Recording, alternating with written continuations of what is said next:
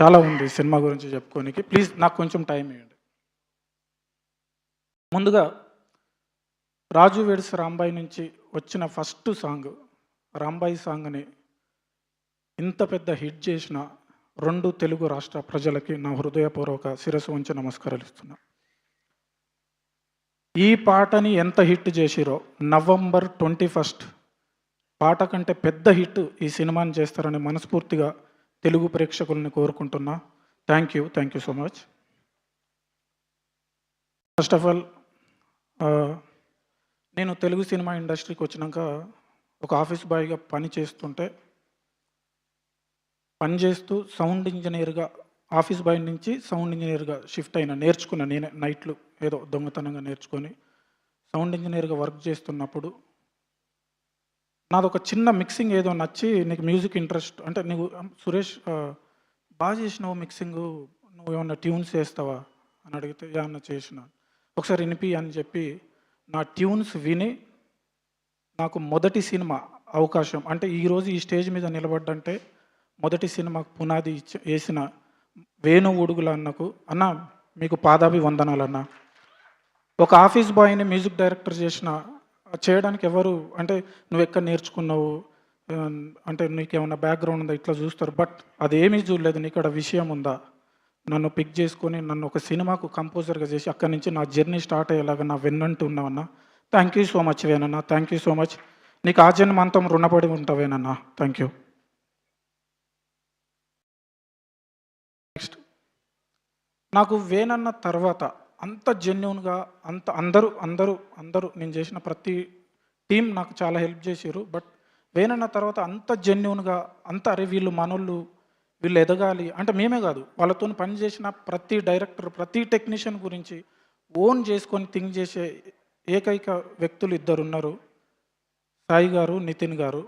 వాళ్ళు అసలు ఎట్లా థింక్ చేస్తారంటే వాళ్ళ సినిమా వాళ్ళే పైసలు పెడుతున్నట్టు, లైక్ వాళ్ళే చేస్తున్నారు బట్ వాళ్ళ లైఫ్ అన్నట్టు ఓన్ చేసుకొని వాళ్ళ టెక్నీషియన్స్ కెరియర్ గురించి థింక్ చేసి సినిమా నిన్న నైటు 3 గంటల 4 గంటల వరకు కూడా మిక్సింగ్లో కూర్చొని మాతోనే టెక్నీషియన్స్తోనే ఉంటారు. సార్ వేనన్న తర్వాత అంత వాత్సల్యం అంత ప్రేమ మీ దగ్గరే చూసిన sir. Thank you so much sir. చాలా సపోర్ట్ చేస్తారు. నేను ఈ స్టేజ్ ఎక్కి డ్యాన్స్ వేయడానికి కూడా ఎంకరేజ్ చేసింది సార్ వాళ్ళే, లేకుంటే మనతో కాదు అది. Thank you sir, thank you so much. And ఈ సినిమా బ్యాక్గ్రౌండ్ స్కోర్ చేస్తున్నప్పుడు ఓకే, ఫస్ట్ పలానా హీరో పలానా హీరోయిన్ ఓకే అయింది, ఓకే అని చెప్పి ఏదో అయింది. బట్ నా దగ్గరికి ఎడిట్ కట్ వచ్చినాక, విజువల్ చూసినాక, పర్ఫార్మెన్సెస్ చూసినాక ఒక 3 పిక్చర్లను చూసిన సినిమాలో. అఖిల్, తేజస్వి గారు, చైతన్య అన్న, వెంకన్న. ఈ 3 పిక్చర్లు సినిమాని నడిపించుకుంటూ పోయారు. చింపి పడేసిర్రన్న ఆయన. మీరు అన్న పిచ్చి లేపినావు వెంకన్న.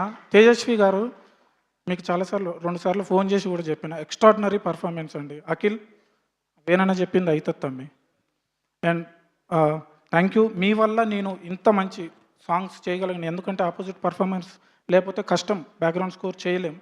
నాకు మీ పర్ఫార్మెన్స్ కూడా చాలా హెల్ప్ అయింది.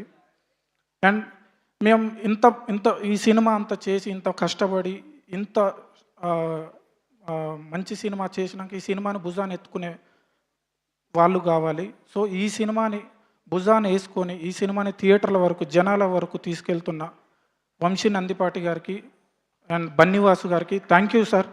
ఈ సినిమా మీ వల్ల చాలా పెద్దగా రీచ్ అవుతుందని కోరుకుంటున్నా. Thank you sir, Vamsi sir and Bunny Vasu గారు.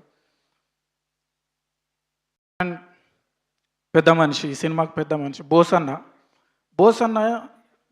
అంటే నేను బోస్ అన్న అని పిలుస్తా. సాయిలు కంపాటి డైరెక్టర్ ఎంత జెన్యూన్ అంటే, ఇలా పొద్దున్నే సాయంత్రం ఇటు వస్తూ కారులో అన్నది ఇంటర్వ్యూ చూసిన. ఎంత జెన్యూన్ పర్సన్ అంటే మనసులో ఏముండదు, ఇక్కడ ఏమనిపిస్తే ఇక్కడి నుంచి అది వచ్చేస్తుంది. అంత జెన్యూన్గా కథ, ఆయన ఎంత జెన్యూన్గా ఉంటాడో అంత జెన్యూన్గా కథ రాసిండు. ఆయన జెన్యూన్ కాబట్టే ఇలాంటి ఒరిజినల్ స్టోరీని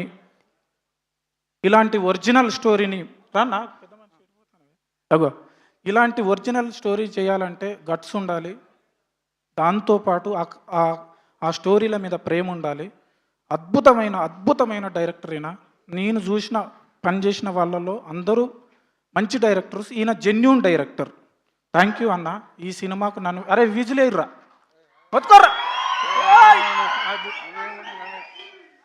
సో అన్న చాలా జెన్యూన్ డైరెక్టర్ అన్న. Thank you. ఇంత గొప్ప కథకు నన్ను ఏడవకన్నా, ఇంత గొప్ప కథకు నన్ను నేనైతే ఫిట్ అవుతా అని చెప్పి నన్ను నమ్మి నన్ను తీసుకొని ఈ సినిమాకు నన్ను కంపోజర్గా పెట్టుకున్నందుకు థ్యాంక్ యూ అన్న. Thank you so much. పాదాభివందనం అన్న.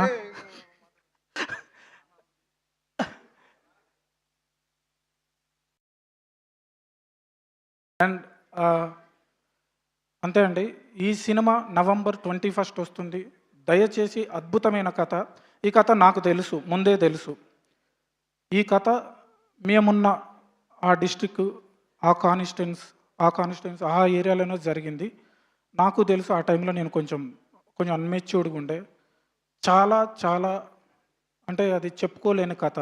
అంటే అది వింటే ఆ టైంలో మేము భయపడేది. మా అమ్మ మా నాన్నలు ఇంట్లోకి వెళ్ళి బయటకు వెళ్ళకుర్రా, ఇట్లా జరుగుతున్నాయి అంట, మీరు బయటకు వెళ్ళొద్దు బిడ్డ అని మా అమ్మ మా నాన్న ఆ టైంలో బయటకు కూడా వెళ్ళనీయలేదు.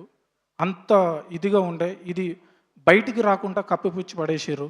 ఆ ఊర్లోనే సమాధి కాబడ్డది. ఇందాకలు వచ్చిన పెద్ద మనిషిని చూస్తే మీకు అర్థమై ఉండాలి ఎంత పెయిన్ఫుల్ స్టోరీనో. సో నేను విన్నా కాబట్టి ఈ కథకు నేను అంత బాగా చేయగలిగిన.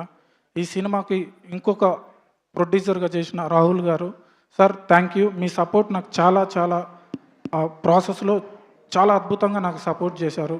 అంటే ప్రతి విషయంలో చిన్న ఏదైనా వచ్చినా కానీ మీరు వచ్చి పర్లేదండి మీరు చేయండి అని ధైర్యంగా నాకు సపోర్ట్ చేశారు. థ్యాంక్ యూ రాహుల్ గారు. Thank you so much. And మరొక్కసారి మా పాటని హిట్ చేసిన 2 రాష్ట్రాల తెలుగు ప్రేక్షకులకు నా హృదయపూర్వక ధన్యవాదాలు అండ్ పాదాభివందనం. November 21 వస్తున్నాం. ప్లీజ్ బ్లెస్ చేయండి. Thank you so much. చెప్పండి. వస్తా చెప్పండి. అట్లెట్లా మర్చిపోతారండి మా మిట్టపల్లి సురేందర్ గారిని మీరు?